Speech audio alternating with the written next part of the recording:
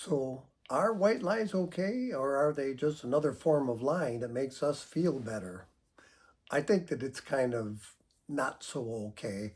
And I'm going to talk to you about that here, about why they can be so harmful to relationships and to growth of people, and what you can do instead. At the end, we're going to talk about what you can do instead. And I'm going to start off with the story about my daughters from several years ago. So, my name is Bill Clotty. I'm a psychotherapist and author of self-help books with 45 years of experience that has helped me learn a lot about what works for people and what doesn't. And that's what I want to share with you in this video. And it begins with a true story of my daughters when they were about 10 and 12. And it was a salesman appeared at the front door. I was upstairs and I heard them say to him, "Oh, our dad's not home," which is what we would call a white lie, I guess. And he left, and I talked to them about the need to tell the truth and to find a way to tell the truth. In this situation, is kind of a lie to a stranger, which may not be that important, except that, of course, they were also telling this stranger that a parent isn't home and that they're, in effect, alone. Not a very good idea. But more importantly, we're going to talk here about telling little white lies in personal relationships where it's even more meaningful. So let me start by saying that I do think these little white lies are harmful to everyone most of the time. And at the end of this video, we're going to talk about what you can say instead. So I looked up the definition of white lie somewhere on Siri or something, and they said harmless or trivial lies to protect another person's feelings. And I thought, whose feelings are they really protecting?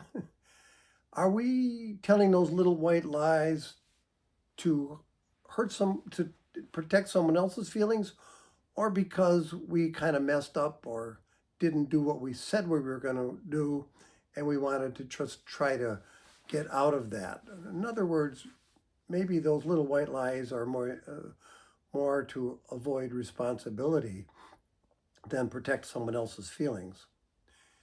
I will understand that there are times when you might say to your husband, who's telling you all about the shed that he worked on and put a new shelf in, that you're interested in, listen to his story when you're not really interested. Or telling your wife that she looks beautiful on a day that you don't agree with that thing she's wearing. I guess you call those white lies. We have to make a decision if those are okay or not. We're not trying to hurt people's feelings, and we're trying to listen to them. But in the vast majority of circumstances, those white lies really can be harmful, and in at least three ways. And the first way is that it harms trust. Telling those little lies harms trust with that person, especially if it's a common thing and they have kind of caught on that you just sort of say stuff instead of mean stuff. So it harms trust, whether that's with a partner in your life or your kids or your parents or a close friend or anyone else. The second reason it's harmful is that because it really does tend to avoid responsibility.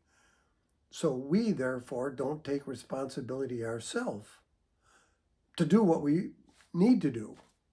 And we make up a little story to make ourselves feel better and get out of trouble. But it just adds up over time, and that's really not helpful. The third reason I think that little white lies are actually pretty harmful is that it's really poor role modeling if you have kids or others listening to you, especially if you have children. And I don't care if they're a year old or 30 years old. If your pattern is to kind of say those little white lies, they pick that up and they start to do the same thing. And maybe they have more trouble in relationships because they're in that habit that they don't see as a problem. That's pretty important. So here's a couple of examples of what I'm talking about. It would be things like you saying on the phone when your wife calls, "Hey, I'm on, I'm on my way. I'm almost home." When in fact you really don't want to be home and you're pretty far away, but you don't want to get in a fight, right? You don't want to start an argument, so you tell something that's not true. We'll talk in a minute about what you can say. Another example might be, "Oh, I didn't get your text." When you know that you got the text, but you just ignored it, or felt you were in too much of a hurry to do anything with it, or you didn't want to respond. Or you may say to somebody, "Oh, yeah, I didn't hear you," when they called you to help with dinner or take care of the kids or come home from work early, things like that. But every time you say a little white lie, you're injuring trust and you're missing out on a responsibility that you could take on that would make your relationship better. So I'll say to you now what I think is really the solution to this. And it sounds pretty basic, but it's like, don't tell those white lies. Take responsibility. Think about what you're saying. Think of the consequences of that so that you change that behavior. It's not always going to be easy. And you might have someone, a partner or others that are, difficult to deal with at times, or mistrusting or anxious. And it's hard to tell them that you're not ready or you're not coming now. But you can do it. And what you may not know is if you've gotten into a habit of not quite telling the truth, that is added to their mistrust and their apprehension when you say something, because they know you've said stuff before that didn't really ring true. So, these are important things to think about.